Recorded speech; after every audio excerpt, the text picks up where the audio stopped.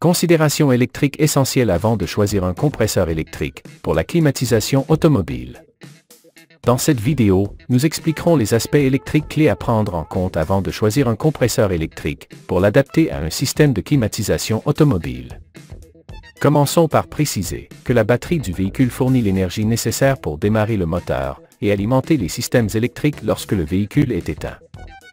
Une fois le moteur en marche, l'alternateur prend le relais, fournissant le courant requis par le véhicule et rechargeant la batterie pour reconstituer l'énergie utilisée au démarrage. Ensuite, nous verrons quand il est nécessaire d'acheter un nouvel alternateur, les caractéristiques recommandées pour la batterie et quelques détails importants à considérer lors de l'installation d'un compresseur électrique dans le système de climatisation du véhicule. 1. Pour un petit véhicule, la puissance de refroidissement requise par le compresseur électrique dépasse généralement 2500 watts, augmentant avec la taille du véhicule.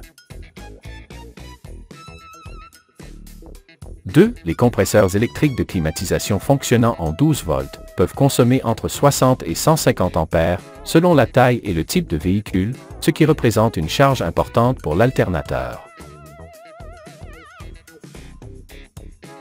3. Si vous n'avez pas encore acheté le compresseur électrique et souhaitez connaître l'intensité disponible dans votre véhicule, pour alimenter le nouveau compresseur, placez une pince ampère-métrique autour du câble positif reliant l'alternateur à la batterie. Démarrez le véhicule et observez la lecture sur la pince. Allumez toutes les lumières et accessoires pour mesurer la consommation maximale du véhicule en fonctionnement. Ne débranchez pas la batterie pendant que le moteur tourne, car cela pourrait endommager le système électrique.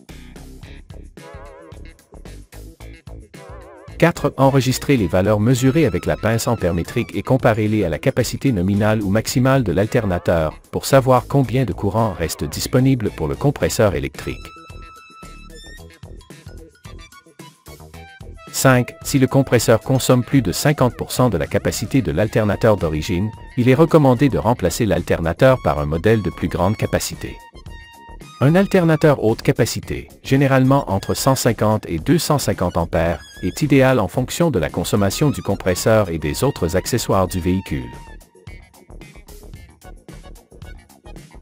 6. Pour vérifier si un alternateur plus puissant est nécessaire, testez d'abord le système en mesurant la tension de la batterie moteur en marche avec les accessoires activés. La tension doit se situer entre 13,5 et 14,5 volts. Si, après avoir allumé le compresseur, la tension descend en dessous de 12,8 volts, cela signifie que l'alternateur actuel n'est pas suffisant. Une baisse d'intensité des phares ou des accessoires électriques est également un signe de surcharge. 7. Si le compresseur est déjà installé, vous pouvez vérifier si l'alternateur d'origine est suffisant en mesurant le courant avec une pince ampère-métrique pendant que le compresseur fonctionne. Si l'alternateur fonctionne constamment près de sa capacité maximale, il est préférable de le remplacer par un modèle plus puissant pour éviter des pannes électriques. 8. Pour stabiliser le système, il est recommandé d'utiliser une batterie de plus grande capacité, d'au moins 70 à 100 ampères-heure. Cette capacité permet d'allumer le compresseur même lorsque le moteur est éteint et que l'alternateur ne fonctionne pas.